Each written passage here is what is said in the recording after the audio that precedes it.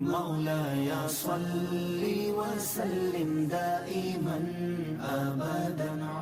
حضرت ابو ہریرہ رضی اللہ تعالی عنہ فرماتے ہیں، نبی کریم خاتم النبیین صلی اللہ تعالی علیہ وسلم نے کبھی کھانے کو عیب نہیں لگایا، اگر پسند فرمایا تو اسے کھا لیا اور اگر ناپسند فرمایا تو چھوڑ دیا۔ پیارے آقا صلی اللہ علیہ وسلم کے عمل میں کتنی خوبصورت تعلیم ہے امت کے لیے کہ جب کبھی کھانا پسند نہ آیا اس میں عیب نہیں نکالا۔ وجہ یہ ہے کہ وہ دانہ یا وہ لقمہ نہ جانے کہاں سے سفر کر کر کے ہم تک پہنچا ہے۔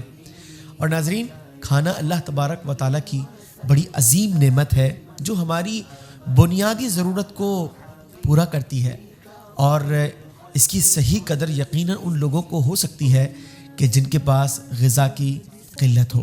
لہٰذا جب کبھی کھانے میں کسی طرح کی کوئی کمی نہ محسوس ہو، نمک کم ہے یا ذائقہ طبیعت کے مطابق نہیں ہے، تو کبھی بھی اس میں عیب نکال کر ناشکری نہیں کرنی چاہیے، بلکہ صبر کا مظاہرہ کر کر رسول کریم صلی اللہ علیہ وسلم کی سنت پر عمل کرنا چاہیے۔ اسی طریقے سے آپ صلی اللہ علیہ وسلم نے اگر کھانا پسند نہ آیا اسے چھوڑ دیا لیکن خراب نہیں کیا۔ ہمارے ہاں ایک بہت بری صفت یہ بھی پائی جاتی ہے کہ جب کبھی کھانا پسند نہیں آتا تو اپنی پلیٹوں میں کھانا بدترین انداز میں چھوڑ دیا جاتا ہے، جو بعد میں کچروں کا ڈھیر بن جاتا ہے یا گندی نالیوں کی نظر ہو جاتا ہے۔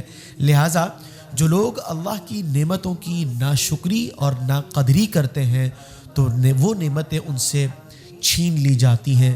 سو اپنے رزق میں برکت کے لیے ہمیں کھانے کا احترام کرنا چاہیے اور اللہ تعالیٰ کا شکر ادا کرنا چاہیے، اس طریقے سے کہ کبھی اگر کھانا پسند نہ ہو تو ہم فراخ دلی کا مظاہرہ کریں اور اللہ تبارک و تعالیٰ کا ہر حال میں شکر ادا کریں۔